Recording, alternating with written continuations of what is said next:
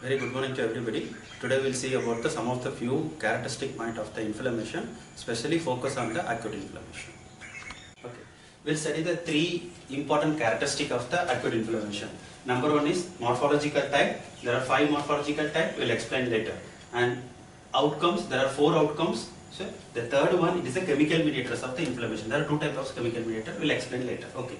Before we'll go to the morphological type of inflammations, acute inflammation. So morphological type, as we discussed, there are 5 types. So number 1 is a serous inflammation. Number 2 is a fibrinous inflammation. Number 3 is a suppurative inflammation. And 4th one is catarrhal inflammation. 5th one is membranous inflammations. So we'll discuss one by one. Okay. Serous inflammation. So what is serous inflammation? It is characterized by outpouring of the serous fluid, or that is nothing but protein rich fluid. What is the mechanism? The accumulation of the serous effusion from either the plasma or secretion of the mesothelial cells. So where it is serous layer is present? It is present into the peritoneal cavity, pleural cavity and pericardial cavity. Inflammation of these 3 regions leads to accumulation of the serous fluid is known as the serous inflammation. Okay. What is the example? Blister from the burns. Okay. What is the proper? This is the blister from the burns. This is the blister. Okay. Accumulation of the fluid. Okay. There is serous fluid. So accumulation of the serous fluid is known as the serous inflammation. Okay. Next is the fibrinous inflammation. What is fibrinous inflammation? It is characterized by accumulation of the fibrin in the inflamed tissue. Okay. So where there is a serous inflammation is accumulation of the fluid. Here it is accumulation of the fibrin. Okay. So mechanism, the deposition of the fibrin due to increased vascular permeability. So you may ask the questions, where is the fibrin is present? Normally fibrin is present into the extracellular space. So what happens during increased vascular permeability, the fibrin which is present in the extracellular space come inside the blood vessel. So that leads to, that deposition leads to fibrinous inflammation. Okay. What is the example? I am giving 2 examples, ARF, and there is a, ARF means acute rheumatic fever and fibrinous pericarditis. Okay. So this is, you can see, this is a pericarditis where there is, I am mentioning the white one. So this is the accumulation of the fibrin. So it is a region is a pericardium, so we are telling as a fibrinous pericarditis. Okay. Third one, suppurative pericarditis. So it is characterized by production of the pus in inflamed tissues. Okay. So what is pus? Collection of the neutrophil, necrotic debris and edema fluid. It may be locally or present into the large area. We are calling as a abscess. Okay. What is the example? Most of the pyogenic microbial infections leads to pus production. Okay. Examples. Okay. So some of the things you can see here, there is accumulation of the pus. Okay. That is known as the pustular inflammation. Okay. The 4th one is the catarrhal inflammation. Out of 5 inflammatory morphological type, this catarrhal inflammation is the most common. Okay. What is the catarrhal inflammation? It is also known as the phlegmatous inflammations. Okay. So it is characterized by inflammation of the mucous membrane. Where is the mucous membrane present? Commonly present in the respiratory tract and gastrointestinal system. Okay. What is the mechanism? Simple mechanism, increased mucus secretion. Okay. What is the example? Example is a running nose. Okay. So this is the example is rhinitis, inflammation of the sinus region is known as sinusitis. It's accumulation of the so much mucous membrane secretion, and here it is a inflammation of the acute respiratory tract infection. So these are all the examples of the catarrhal inflammation. It's very common. Okay. Number 5 is the membranous inflammations. Okay. The word is membranous, not membrane. Okay. If it is a membrane inflammation means that is nothing but it is another name of catarrhal inflammation. So we are talking about the membranous inflammations. Okay. What is the membranous? It is characterized by formation of the membrane over the epithelial surface. Okay. So what is the mechanism? The collection of the fibrin, necrotic cells and tissue and inflamed cells. Everything will make a one membrane, false membrane. We are calling as a false membrane. Okay. What is the example? Pseudomembrane due to the diphtheric bacteria. See, here it is the pseudomembrane formation. Okay. Over the epithelial cells. This is known as the pseudomembrane formation. So this is the 5 type of inflammations. Okay. Morphological type of inflammation. By short, serous inflammation produces the accumulation of the fluid, fibrinous inflammation is produces accumulation of the fibrin, suppurative inflammation produces accumulation of the pus, and catarrhal inflammation produces the accumulation of the mucus secretion, pseudomembrane formation into the affected part. This is known as a membranous inflammation. Okay, now we'll go for the outcome. There are 4 outcomes as we discussed. What happened? What is outcome? I told you outcome is nothing but it is a end result. After 48 hours of acute inflammation, what is the end result of acute inflammation? One is abscess formation. Number 2 is a progression to, it may go to the chronic inflammation, or the resolution, the infected tissue, inflamed tissue will come back to the normal. And 4th one is the repair. Repair, the next chapter I am going to explain what is the repair. But simple meaning is repair means healing by the scarring or fibrosis. Okay, so this is the four type of outcomes. Okay, next one we'll see chemical mediator. Very important chapter in the acute inflammation. So we can say without chemical mediator, inflammation is nil. Okay, so we'll go. What is the definition of the acute chemical mediator? The chemical mediator is the chemical substance or structure that mediates the specific response in the bodily tissues. Okay, this is nothing but the chemical substance.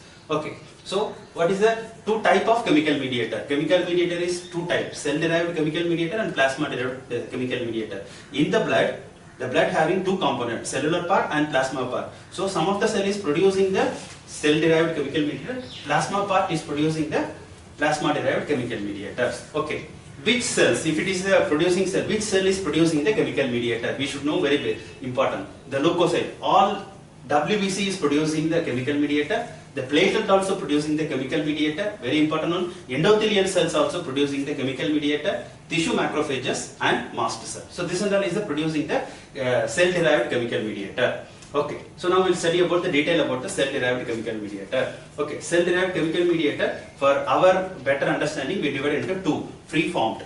Okay, what is preformed? Preformed means it is already normally existing into the body. Okay, what is a newly synthesized means? It is during inflammation, there is a formation of the newly synthesized chemical mediator. This is the existing one, this is the new one. Okay, so we'll study one by one. In preformed means it have 2 types. Okay, vasoactive aminase and lysosomal enzyme. Okay, first we'll see about what is vasoactive aminase. So what vasoactive aminase means, there are 2, histamine and serotonin. Okay, we'll study the basic one. Among the first mediators in the acute inflammatory reaction, this is the first mediator developed during the acute inflammatory. Very important for the MCQs. Okay, so next one, histamine is from the mast cell, basophil and platelet. Histamine is normally secreting from all the 3 cells. Mainly I am written the bold letter, it is very important. That means mostly secreting. Okay, cells. Okay. Third one, serotonin is from the platelet and endothelial cells. Okay, this and all is a simple thing. What is the histamine mechanism? What is the serotonin mechanism? I am making the separate one. It is very easy to understand. I'll tell you later. Okay, next one, lysosomal enzyme. Okay, lysosomal. Where it is a lysosome is present? It is present into the lysosome of the neutrophil and monocyte. All the neutrophil and monocyte of the body having lysosome. Not only thing. Okay, so granules. It have the granules. The granules have 2 types: primary granules and secondary granules. Okay, primary granules. The name of the primary granules is the acidophilic granules. This primary granules having the myeloperoxidase enzyme. So this is the type of chemical mediator. This will be helping. This is the very important one for the phagocytosis. We have discussed it in the last chapter. Okay. Then next one, secondary mediator, secondary granules. Secondary granules are BPI, MBP, lysozyme and lactoferritin. This and all is the secondary granules. Okay. This is helping for the chemical mediators. Okay. This and all preformed. So now it is a newly synthesized. Newly synthesized means I explained during acute inflammation there is a newly synthesized cell-derived chemical mediator. What is that? There are 5 are there. Okay, arachidonic acid metabolism. Next one, chemokinase and cytokinase, and 4th is platelet activating factor, and 5th one is nitric oxide. Okay, we'll study one by one. Very basic one. Okay, first we'll go for arachidonic acid metabolism. Okay, what is arachidonic acid? Let me explain very simple. Arachidonic acid is metabolism is helping for the biosynthesis of the lipids. Our body biosynthesis of the lipids. Not only for biosynthesis of the lipids, it helping for the chemical mediators. Okay, that we'll see very simple. Okay, now before we go for the metabolism, where it is present? It is present into the membrane phospholipid. All the membrane have phospholipids. One of the component of the phospholipid is arachidonic acid. Okay, what happened? During inflammation, there is a secretion of the phospholipids. Phospholipids A2 from the cells, inflamed cells, that is a WBC. So that will stimulate phospholipase A2, so that leads to phospholipid. From the phospholipid, arachidonic acid comes out. Okay, so once it is comes out, there are two mechanisms. One is cyclooxygenase, another one is lipoxygenase. Okay, cyclooxygenase mechanism pathway producing important three chemical mediator: prostaglandin, okay, and thromboxane A2 and prostacyclin. All the three is very important for the chemical actions, especially for the acute inflammations. Okay, then lipoxygenase pathway producing the two type of chemical mediator, lipoxygenase and leukotrienes. Okay, what is this function? We'll study later. Okay, then chemokinase. Chemokinase have three type of chemokinase we have. One is alpha chemokinase. Okay, this alpha chemokinase is specific for the neutrophil. Okay, and beta chemokinase is all the WBC is producing the beta chemokinase except neutrophil. It's very important for the MCQs. Okay, neutrophil secreting alpha chemokinase. Okay, gamma chemokinase, it's producing specific for the lymphocytes for the chronic inflammations. Okay, third one, cytokinase. The cytokinase is very important to know. Okay, we'll study in the immunology class. Okay, so before that we'll study here the introduction. Okay, pro-inflammatory cytokinases are IL-1, interleukin 1, interleukin 6 and TNF, tumor necrosing factors. Okay, anti-inflammatory cytokines. Anti-inflammatory, why it is? Once inflammatory function is over, the infected tissue should become normal. So anti-inflammatory cytokines will be stimulated. IL-4, interleukin 4, interleukin 10, interleukin 13. Okay. What is platelet activating factor? Platelet activating factors, you know, the word derived from the platelet, so secreted from the platelet. Okay, it is a more potent mediator causing increased vascular permeability. So one of the events of the cellular event is the third, vasoconstriction, vasodilatation. Next is increased vascular permeability. That who's producing mainly the platelet activating factors.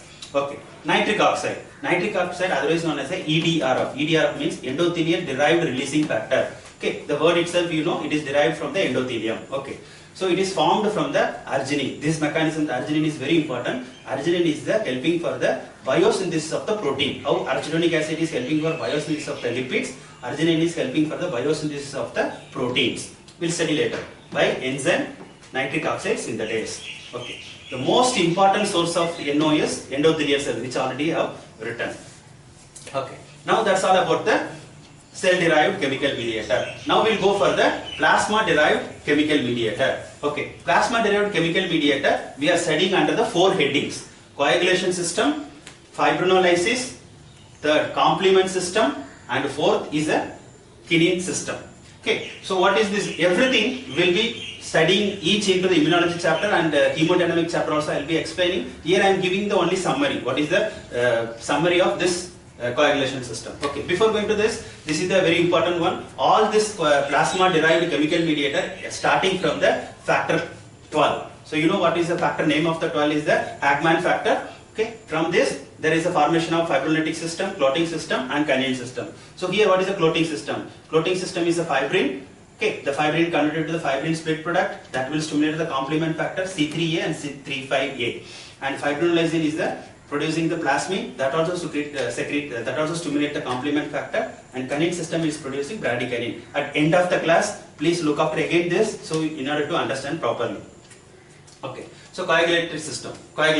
What is coagulation system? There are 12 clotting factors that participate in the formation of the clot.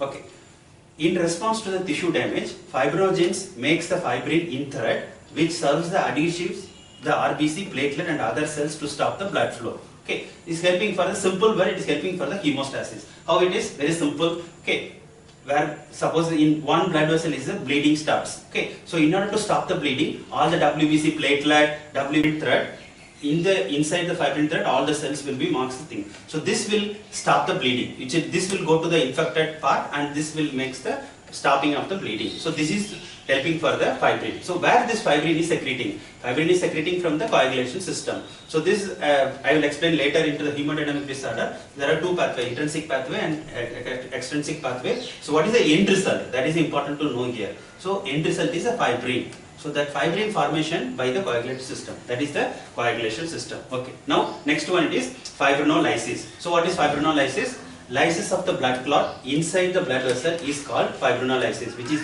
with the help of plasmin. Okay, so this is known as the fibrin. Okay, what is complement system? So complement system is all the three systems stimulating the complement system. We'll see detail one. We'll see immunological class. Here we'll see about the basic things. What is the complement system? It is a heat liable compound. Where it is present? It is present into the blood, in the blood. Okay, in the plasma. Okay, play major role in innate and adaptive immunity. Okay, what is the thing? There are totally 30 complement factor. It is the complement system in C for complement. So 30 protein is existing, C1 to C30. Okay. Okay, what is the three main function? Three main function. One is lysis of the pathogen. Next one, helping for the chemical mediator. And third one, it is helping for the opsonization. We'll study opsonization. Without opsonization, there is no phagocytosis. Okay. So here there are three pathways. So I am not going to explain what is the three pathway detail, but here I am mentioning only the name of the pathway, but detailed when it comes to the immunology class I will explain. What is the pathway? One is a classical pathway. That means classical pathway, otherwise known as the antibody dependent pathway. Okay, alternative pathway, otherwise known as the antibody independent pathway. Okay, third one, it is the lecithin pathway. Out of three pathway, the lecithin pathway is the first pathway for, by complements pathway. Okay, what is the three pathway? Okay, this is a basic mechanism, three pathway. So C3 goes to stimulate the C5. So C5 stimulate the MAC. It is not MAP, it is MAC. Membrane attack complex. Okay, so detailed one we'll study later. Okay, so what is important here? C5 is a powerful chemotactic agent. C3B and C3BI are the powerful opsonin. Okay, which immunoglobulin responsible for the complement fixation is the IgM. Okay, so that's so now we'll go for what in the acute inflammation what chemical mediator helps, in chronic inflammation what chemical mediator helps. So in acute inflammation, cytokinase and TNF, tumor necrosing factor, and in chronic inflammation, interferon gamma and interleukin 12. So interferon gamma is a now so many viral diseases are coming out. Okay, who will in our body interferon gamma only helps to viral replication, viral inhibition of the virus replication. So the interferon gamma. Okay. Next one is in each event what and all the chemical mediator helps. In the vasoconstriction, okay, there are thromboxane A2 and leukotrienes helps for the vasoconstriction. Where I am writing in the bold letter, so that is out of this two, this is the most important. Okay, thromboxane A2. Now vasodilatation. So vasodilatation. Okay, histamine and prostaglandin and nitric oxide. Out of three, prostaglandin is more.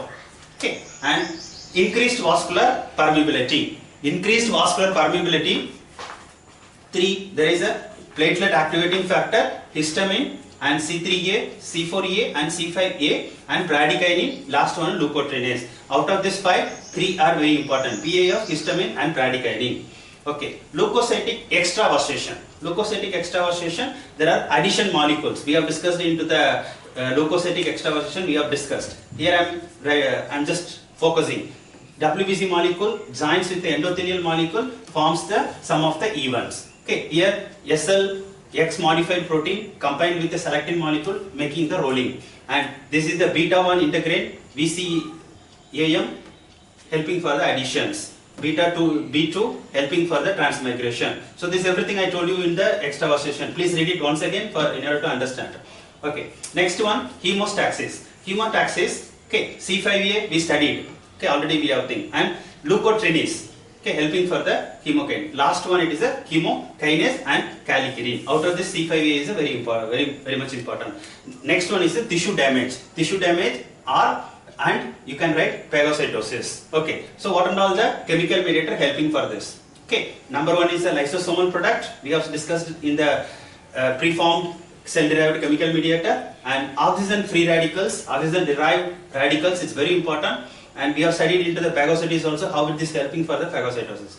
Third one, we have studied the nitric oxide. This also we have studied into phagocytosis. So all the three helping for the phagocytosis, but if it is a more, it can produce the tissue damage also. That's all about the acute inflammation. Next class we will focus on the chronic inflammation. Thank you.